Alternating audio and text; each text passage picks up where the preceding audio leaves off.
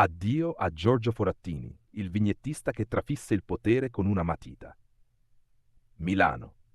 Se n'è andato a 94 anni Giorgio Forattini, il vignettista che ha trasformato la caricatura politica in appuntamento quotidiano dei lettori italiani. La notizia della sua scomparsa, avvenuta a Milano, è stata resa nota oggi dalle agenzie e dalle principali testate. Con lui se ne va una figura centrale della satira del dopoguerra, capace di condensare in pochi tratti le contraddizioni e i vizi della scena pubblica italiana. Nato a Roma il 14 marzo 1931, Forattini costruì una carriera lunga e stratificata. Dagli esordi sulla stampa degli anni 70 fino alle collaborazioni con quotidiani e settimanali di grande diffusione, le sue vignette hanno attraversato decenni di vita politica e istituzionale. Il suo lavoro è apparso su testate come Panorama, La Repubblica, La Stampa, Il Giornale, L'Espresso e molte altre, e in più di un'occasione le sue caricature sono state posizionate in prima pagina, trasformando la vignetta in un commento quotidiano al potere.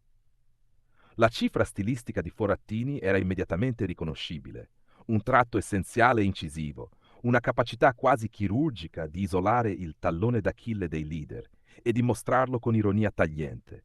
Intuivo subito il tallone d'Achille dei leader e lo trafiggevo con la mia matita, arrivò a dire, sintetizzando la sua idea di satira come strumento di verità e sberleffo. Il suo gusto per la caricatura non risparmiava nessuno.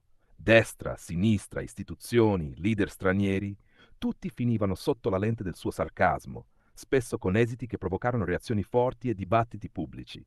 Forattini stesso amava raccontare l'origine di quella matita. La prima vignetta vera, secondo il racconto ripreso dalle cronache, fu disegnata dopo il referendum sul divorzio del 1974, quando immaginò Amintore Fanfani come un tappo che saltava via da una bottiglia con la grossa scritta no. Quella vignetta, semplice, diretta, simbolica, segnò il modo in cui avrebbe letto la politica negli anni successivi.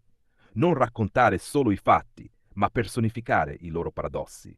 La carriera di Forattini non è stata priva di polemiche. Le sue caricature, spesso spregiudicate, suscitarono querelle con politici e intellettuali e in alcuni casi provocarono reazioni giudiziarie o valsero al vignettista aspre critiche.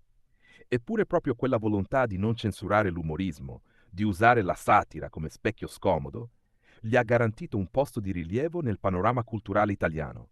È stato definito più volte re della satira, per la sua capacità di fare della vignetta non un appendice, ma un commento centrale e atteso.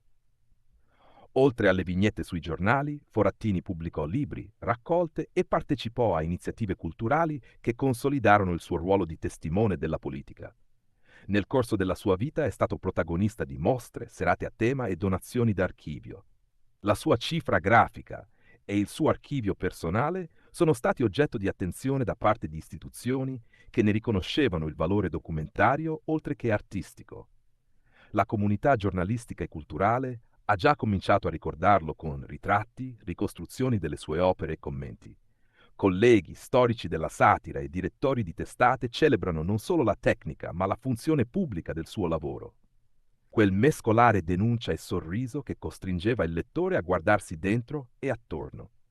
La sua satira ha segnato un'epoca, scrivono molti cronisti, ricordando come le sue matite avessero il peso di un giudizio. I funerali, secondo le prime comunicazioni, sono stati fissati per giovedì 6 novembre a Milano. Un ultimo saluto che si annuncia partecipato tra colleghi e lettori che hanno fatto delle sue vignette un'abitudine civica. Nei prossimi giorni le redazioni offriranno approfondimenti e gallerie delle sue migliori vignette, perché il modo più efficace per ricordare Forattini è rivedere quel catalogo di ritratti del potere, che con la leggerezza dell'ironia ha raccontato anche la pesantezza delle responsabilità pubbliche. Giorgio Forattini lascia un'eredità complessa. Da una parte l'arte della caricatura come strumento di critica, dall'altra il dibattito su limiti, offese e libertà di satira. Nel guardarne la lunga produzione si percepisce la presenza di un cronista diverso, non il giornalista che spiega, ma il vignettista che rispecchia, che accorcia distanze e moltiplica le contraddizioni fino a farle diventare leggibili. Per molti lettori, quella matita era un punto di riferimento quotidiano. Oggi, tra i tanti ricordi e i segni lasciati su carta e in stampa, rimane la possibilità di rileggere la nostra storia politica attraverso pochi tratti neri su fondo bianco.